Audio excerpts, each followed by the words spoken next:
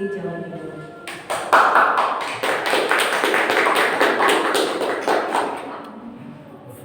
Praktik baik ini dilatar belakangi oleh karena ada siswa kita yaitu kelas 9 yang secara realitas, secara pengamatan itu mereka masih banyak yang bingung mencari atau masih banyak yang bingung menentukan jurusan nanti setelah lulus SMP gitu ya. Itu yang untuk yang jurus pertama penari potensi. Kemudian yang jurus kedua itu masih banyaknya didapati bahwa siswa kita kelas 7 itu emosinya masih naik turun begitu sehingga kurang konsentrasi saat belajar. Dan ini akan mempengaruhi proses belajar di kelas. Ya. Untuk itu pengembangan potensi diri dan kesejahteraan psikologis peserta didik itu adalah tanggung jawab kita bersama. Sehingga peran layanan bimbingan dan konseling di sini sangat diperlukan dan jadi sangat strategis dalam membantu peserta didik dalam untuk mengenal diri, mengelola emosi serta menyelesaikan diri dengan lingkungan sosial dan akademik. Ya, dalam kesempatan kali ini nanti ada 2 jurus yang saya sampaikan. Tapi kemarin waktu BIMTEK itu ada 7 jurus BK yang kita pelajari. Tapi dalam implementasinya di sekolah itu ada 2 jurus. Yang pertama jurus 1 penari potensi saya terapkan kepada kelas 9 yang berfokus pada pemahaman potensi diri dan arah pilihan karir. Yang satunya lagi jurus kedua yaitu kelola emosi saya terapkan pada kelas 7 yang berfokus pada kesadaran dan pengelolaan emosi diri. Di jurus pertama itu kemarin saya menerapkan tes kepribadian Triasek itu kepada anak-anak kelas 9. Tes kepribadian Triasek ini adalah salah satu tes kepribadian yang dicetuskan oleh John Holland. Itu merupakan isinya itu ada minat, bakat, jadi potensi siswa ada di situ, kemudian kepribadian siswa juga ada di situ. Nah, dalam aplikasi tes Triasek itu nanti akan muncul 6 tipe kepribadian Triasek, yaitu ada R, I, A, S, E, dan C. Tipe R itu realistik, ya. Tipe realistik itu seperti apa? Tipe realistik itu di sini menggambarkan ciri seseorang yang lebih suka bekerja itu dengan tangan, seperti itu. Kemudian investigate ini di sini dicirikan dengan suka menyelidik, meneliti seperti itu. Kemudian artistik ini lebih ke otak kanan yang berkembang sehingga lebih kepada suka seni seperti itu, menyukai kesenian. Kemudian kurang menyukai hal-hal yang pekerjaan yang di dalam ruang, di dalam sebuah institusi seperti itu. Jadi lebih suka di luar. Kemudian tipe sosial itu seperti kita ini ya, jadi suka membantu orang lain seperti itu. Kemudian enterprising ini lebih kepada kewirausahaan, itu calon wirausaha, jadi dia suka memimpin, meyakinkan orang seperti ini. Kalau konvensional ini tipe orang yang kurang menyukai data-data dan angka. Nah ini contoh hasilnya. Jadi kemarin anak-anak saya berikan link aplikasi Aku Pintar, itu tes Triasek dan mengerjakan. Itu mengerjakan sekitar 20 menit ya. Nah ini hasilnya kegiatannya. Nah itu nanti akan muncul di situ tipenya ya. Ini di tipe A sama E gitu ya. Jadi itu biasanya kalau yang A yang pertama muncul itu berarti dia lebih tinggi persenannya gitu. Jadi cenderung ke A, tipe A gitu. Kemudian kalau ya itu berarti menyusui di sini melihat ya persenannya itu kalau yang pertama itu berarti lebih tinggi, cenderung di situ. Nah ini kemudian contoh hasil interpretasi dan rekomendasi Nah, di sini saya contohkan yang Mbak Masito itu dia dari hasil tes yasinnya itu tipenya AE, jadi artistic enterprising. Nah, kalau di sini diinterpretasikan itu ya jadi seorang yang itu tadi kreatif, lebih ke seni, kemudian enterprising lebih ke jiwa wirausahanya itu tinggi. Kemudian yang sesuai untuk tipe orang seperti ini A dan E itu SMA jurusan IPS atau bahasa. Nah, gitu ya. Nanti profesi yang sesuai di masa depan itu ada di situ arsitek, fotografi, yang berhubungan dengan seni gitu. Kita ini lakukan kolaborasi ya Bapak Ibu guru ya. Jadi harapannya juga diterapkan di pelajaran Bapak Ibu sekalian. Nah, bentuk-bentuk penerapan konkretnya pada pembelajaran guru magang itu bisa observasi potensi selama proses belajar. Jadi mungkin waktu pembelajaran Bapak Ibu ingin bisa anak-anak diobservasi potensinya di mana, gitu begitu. Kemudian misalkan anak ini tipe yang gaya belajarnya misalkan gaya belajarnya lebih ke visual, jadi belajarannya seperti itu. Ya, itu contohnya. Kemudian yang kedua, memberikan ragam tugas berdasarkan minat dan gaya belajar. Nah, itu.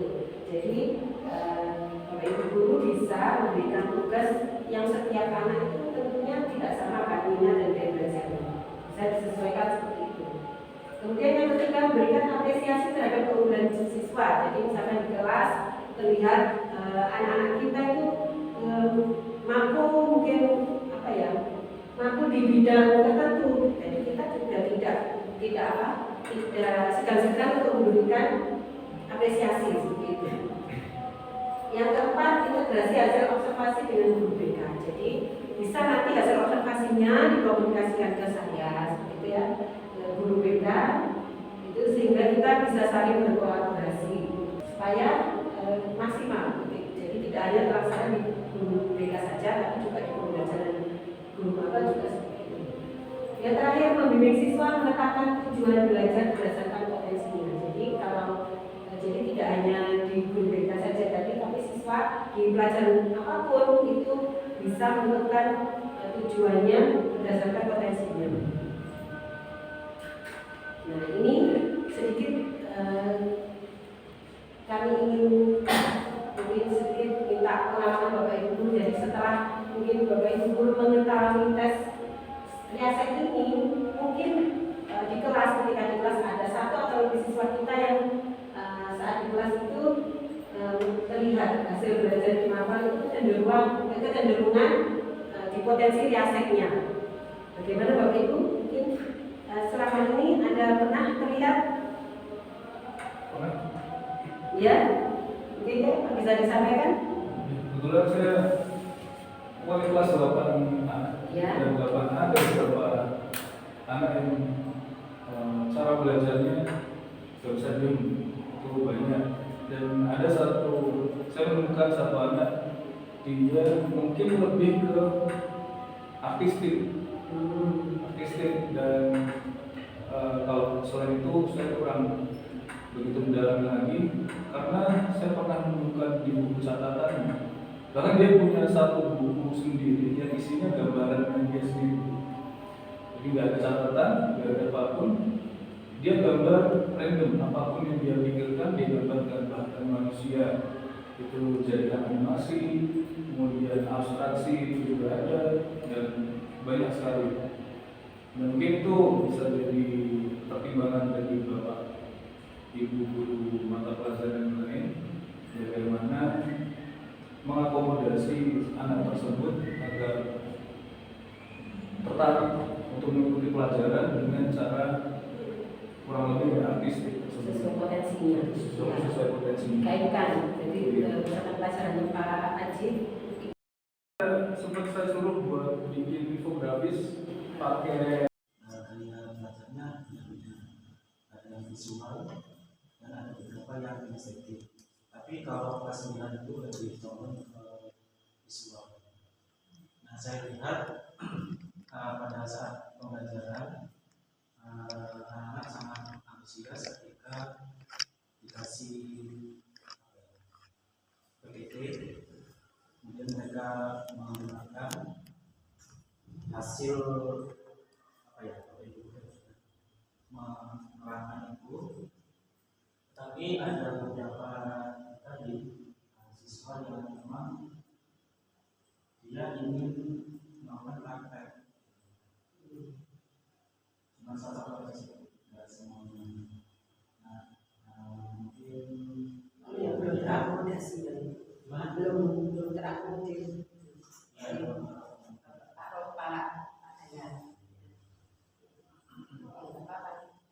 Selanjutnya bisa kita kolaborasi dengan kita tahu gimana praktik baik. Ada lagi Pak Ibu? Ada? Ya. Kita masuk di jurus yang kedua, itu kelola emosi. Ya. Di sini dan saya kemarin di LPL-nya kemarin bimbingan prasikal itu tujuannya untuk mengenali emosi dan regulasi diri. Jadi tidak hanya mengenali emosi, tapi bagaimana siswa kita itu bisa mengelola emosi. Ya, kemarin saya menggunakan ini cuaca emosi di tahap awal untuk anak-anak mengelola, mengidentifikasi emosi pada waktu itu. Ini ada emosinya macam-macam, ada bahagia, ada sedih, ada takut, ada marah, ada jujur, ada jijik.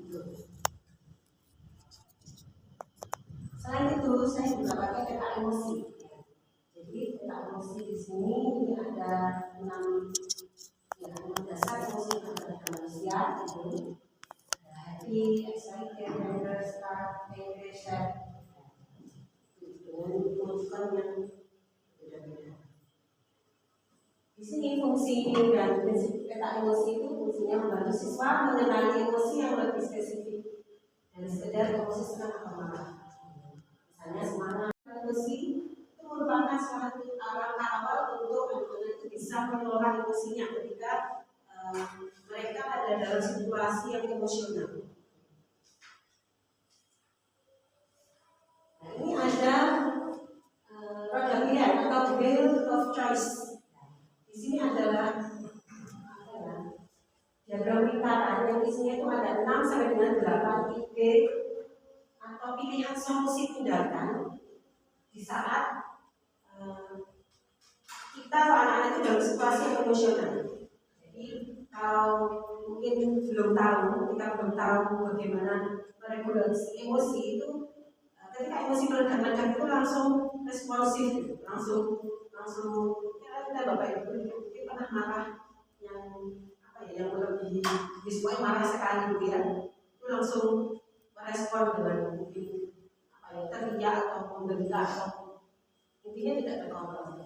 Nah, tapi dengan ini adalah salah satu cara untuk mengelola emosi itu dengan 6 pilihan di sini 6 itu ada waktu itu misalkan jalan-jalan, jadi ada jeda, nggak langsung merespon tapi ada jeda.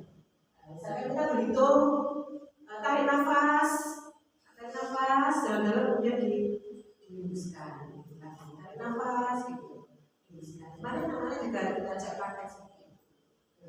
Ini kita berhitung mundur, kita berhitung maju 1 sampai 10. Kemudian ada juga yang ketika marah itu biasanya diskusi dengan orang tua atau disampaikan pada penulis di buku menulis biasanya punya buku diary dia. Nah itu bisa disalurkan, dikelola dengan seperti itu. Jadi menuliskannya di buku diary mungkin bahwa hari ini aku sangat kesal pada Pak Aji yang bagaimana mungkin seperti itu ya. Hari ini aku dimarahi Pak Dahlia karena apa gitu. Ini beberapa langkah gitu untuk mengelola emosi. Nah, ini kemarin caranya saya berikan, jadi anak-anak saya minta untuk menandai emosinya waktu itu seperti apa? Apakah bahagia, sedih, takut, gitu ya? Nah, itu kemudian menunjukkan alasannya juga. Kenapa kok bahagia saat itu? Nah, ini salah satu tanya. Kemudian di sampingnya itu ada beberapa pertanyaan untuk menggali apa yang menyebabkan biasanya kita marah itu pada diri kalian itu muncul itu apa biasanya? Hanya digoda, ada jawabannya macam-macam, semua ada di sini. Digoda siapa yang punya emosi. Kemudian apa yang kamu lakukan ketika kamu sangat marah atau cinta atau kesal? Itu anak-anak sudah kita lihat kemarin jawabannya sudah mengarah ke pilihan di roda pilihan itu tadi. Nah, sekarang kita juga perlu berkolaborasi dengan Bapak Ibu guru ya, supaya program mengelola emosi ini tidak hanya berhenti di pembelajaran mereka saja, tapi di pembelajaran guru maba juga seperti itu. Karena harapannya ketika anak-anak kita bisa mengelola emosi itu tentu akan lebih kondusif di kelas, kemudian juga lebih harmonis, lebih tenang gitu ya, seperti itu. Mungkin Bapak bukan tidak mungkin juga di pembelajaran Bapak itu pernah mengalami anak-anak yang mogok atau gimana sedang marah. Ini bentuk kolaborasinya membangun iklim kelas yang aman dan positif. Jadi ketika Bapak Ibu guru masuk di mengawali membuka pelajaran itu tunjukkan kalau Bapak Ibu guru itu akan menjadi semangat, gitu, antusias dalam memulai pembelajaran. Itu adalah satu langkah yang positif untuk anak-anak dalam mengelola emosi ya. Kemudian yang kedua mengenali kondisi emosi siswa di awal pembelajaran. Ya, jadi di awal pembelajaran Bapak Ibu bisa menanyakan kepada anak-anak bagaimana kondisi perasaan, bagaimana perasaan kalian pada hari ini. Ya, jadi pada pagi sama siang beda lagi. Ya, karena tidak menutup beberapa kejadian itu bisa terjadi. Yang ketiga menjadi model dalam pengendalian emosi. Nah di sini kita sebagai guru harus bisa menunjukkan bahwa kita itu juga bisa mengendalikan emosi. Jadi jangan sampai kita mungkin marah-marah di kelas, ya itu seperti itu ya. Nah, yang keempat memberikan umpan balik dengan bahasa positif dan membangun. Nah, jadi ketika ada yang anak-anak yang berpendapat atau bertanya seperti itu, harapannya kita sebagai guru bisa memberikan umpan balik yang positif dan membangun sehingga dia juga akan lebih bersemangat. Yang kelima, berikan ruang refleksi emosional setelah kegiatan belajar. Jadi tidak hanya di awal saja, tapi setelah pembelajaran juga lebih penting ya Bapak Ibu guru kita ini menanyakan kembali bagaimana perasaannya setelah belajar hari itu. Kemudian yang keenam, kolaborasi dengan guru kita. Jadi tetap ada kolaborasi antara guru mereka dengan Bapak Ibu guru supaya terjadi keseimbangan dan kita bisa mengatasi terus anak-anak mendapatkan perlakuan tidak lanjut yang profesional. Mungkin ada pas frustasi, terlihat stres, itu atau ya kita mungkin ada yang mogok, nggak mau mengerjakan, itu pasti kan atau sedang sedih, kecewa ya itu tentu tidak kita biarkan. Pasti kita harus ada apa, gitu. Kenapa kamu kok kelihatan sedih? Kemudian ketika mengerjakan mungkin nggak mau, kenapa? Ya, harus kita kan. Nah, mungkin ada pengalaman seperti itu selama mengajar, ya Pak Dayan? Kalau di kelas lain mungkin ada beberapa ya. Ada sisinya. Kelas berapa? Kecewa sih. Ketika ngantuk. Oh, ngantuk. Habis ya untuk ngasih materi, terus ngasih PPT, selesai PPT, nggak ada terus ya, kita tanyakan Pak, ya kenapa kok ngantuk? Ya, apakah tadi malam kurang tidur atau nggak tidur sama sekali, begadang atau gimana? Jadi kadang anak-anak ada yang ya nggak ngantuk beneran, masih tidurnya cukup gitu. Jam 9 bangun jam 5 gitu kan, tapi sekolah masih ngantuk. Nah, ini harus tetap kita cari ya alasannya gitu. Mungkin Bapak Ibu pernah mengatasinya dengan produk pilihan yang tadi, walaupun mungkin belum tahu, tapi secara tidak sadar ternyata sudah mempraktekkan produk pilihan tadi. Ada pengalaman? Iya, Bapak. Karena ini saya sering kali di kelas-kelas yang aktif itu teman-teman siswa yang lebih semangat daripada gurunya. Karena kita sudah menyampaikan yang kita rasa sudah semangat, sudah powerful, tapi mereka lebih semangat lagi dengan bertanya sesuatu hal apapun yang mereka tanyakan. Sampai akhirnya saya pribadi mengubah jalur pembelajaran dari awalnya materi A, B, C, D, saya ubah kembali dari D, C, D, Bapak. Atau dari itu pernah saking bosannya di kelas mungkin mereka, saya ajak keluar, saya kasih bola, itu kebanyakan spontan sih. Saya nggak pernah setting untuk belajar kayak gini, nanti belajar begini, nanti lihat situasi sama kondisi terkini aja sama lagi pengen belajar apa, belajar anteng atau belajar berat atau belajar rusuh, bebas, yang penting materi masuk. Ya, kalau kita sendiri, berarti kita sendiri harus bisa mengatasinya dulu. Ya. Tapi tadi sudah teratasi dengan Pak Haji Tuan membalikkan materi. Ya, ada urutan belajar di kelas. Ada lagi? Namanya ibu-ibu? Mungkin saya ya, jadi kan kalau misalnya di kelompok anak kadang nggak masuk aja terus atau mungkin sama itu gitu ya, saya ajak apa ya biasanya balik mereka, oke kalian maunya kayak gimana, mau dibuatkan atau pakai pikir wheel biasanya gitu atau gimana gitu, pikir wheel aja kok gitu, karena setelah bertanya dengan mereka ada diskusi di sana, kita kayak pikir wheel setelah ada keluar mereka lebih bisa menerima. Dan secara tidak langsung sudah menggunakan produk pilihan. Ada lagi yang mau cerita? Berapa Nata?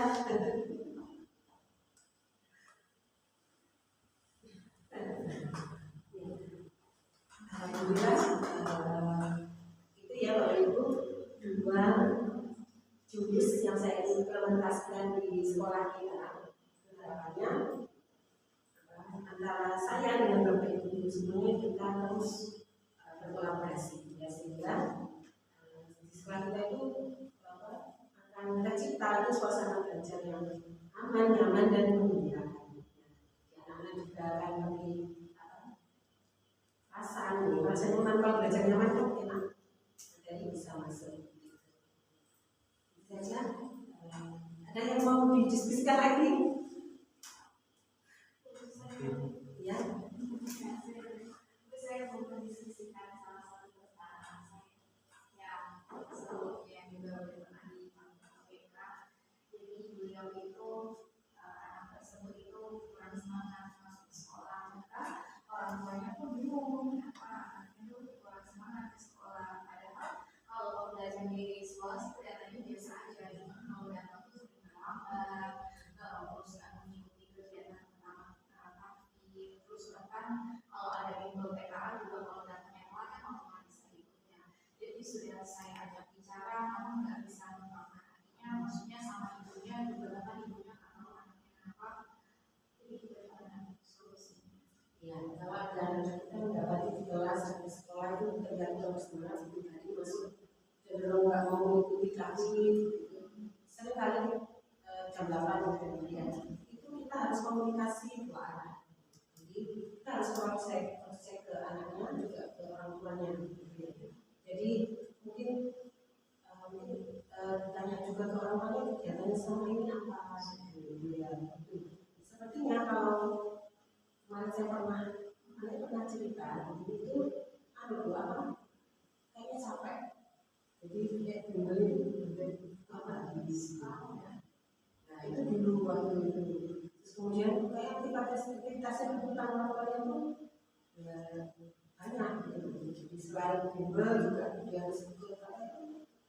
berkuda dari satu itu kemudian ada yang olahraga yang pagi itu apa gym itu jadi terus tuntutan anaknya itu kayak tuntutan orang tuanya itu kamu harus pernah cerita ke saya kamu harus masuk misalkan satu atau sekarang kalau harus masuk di itu kan otomatis belajarnya juga harus ini terus kemudian juga kemampuan intelektualnya gitu. Tapi kalau anaknya kurang sebaiknya memang jangan dipaksa.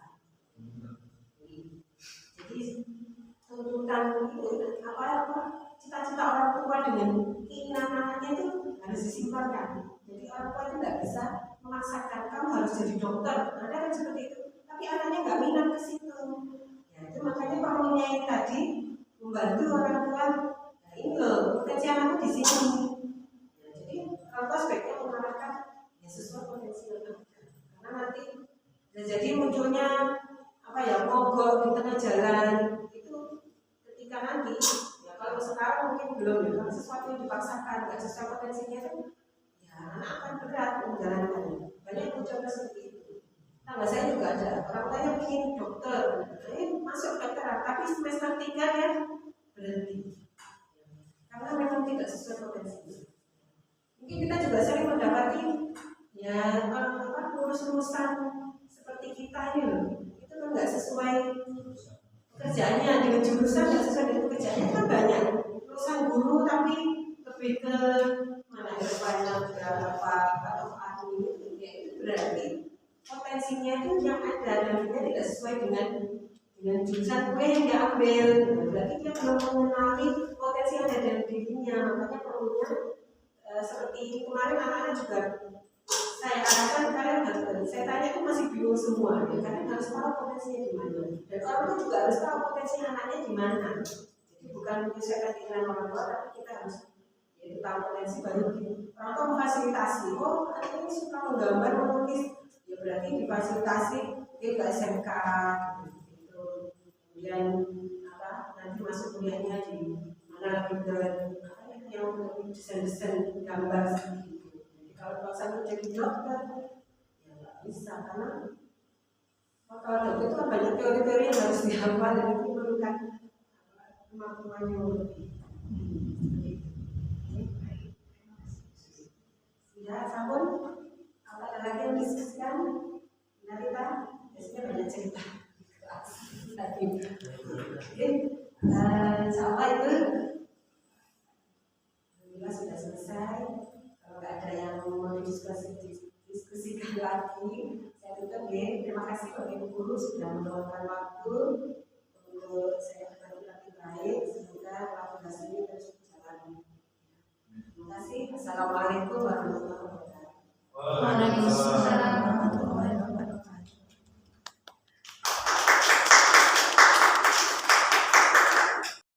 Jadi implementasi dari jurus-jurus yang dikasih sama Bu Susi kemarin bisa langsung dipraktekkan ke anak karena banyak sekali jurus yang disampaikan oleh Bu Susi dan itu mudah untuk dipraktekkan langsung sama anak. Jadi cukup bermanfaat penyampaian dari Bu Susi kemarin. Terima kasih Bu Susi. Semangat terus. Warahmatullahi wabarakatuh. Perkenalkan saya Bu Rahma, merupakan guru matematika di SMP Itikaf Salam. Alhamdulillah kemarin sudah mendapatkan sosialisasi terkait implementasi 7 guru hebat dan itu merupakan pengetahuan baru bagi kami dan bisa kami terapkan di kelas kami terkait emosional anak, kemudian pengendalian anak dan lain-lain. Terima kasih. Perkenalkan, saya Hayam Hidayat. Di sini saya mengajar mata pelajaran ilmu pengetahuan alam. Saya sudah melakukan pendampingan atau pelatihan implementasi 7 jurus BK Guru Hebat. Di sini saya semakin tahu dan seterusnya saya akan mendampingi peserta didik dalam mengetahui potensi dirinya. Sekian, terima kasih.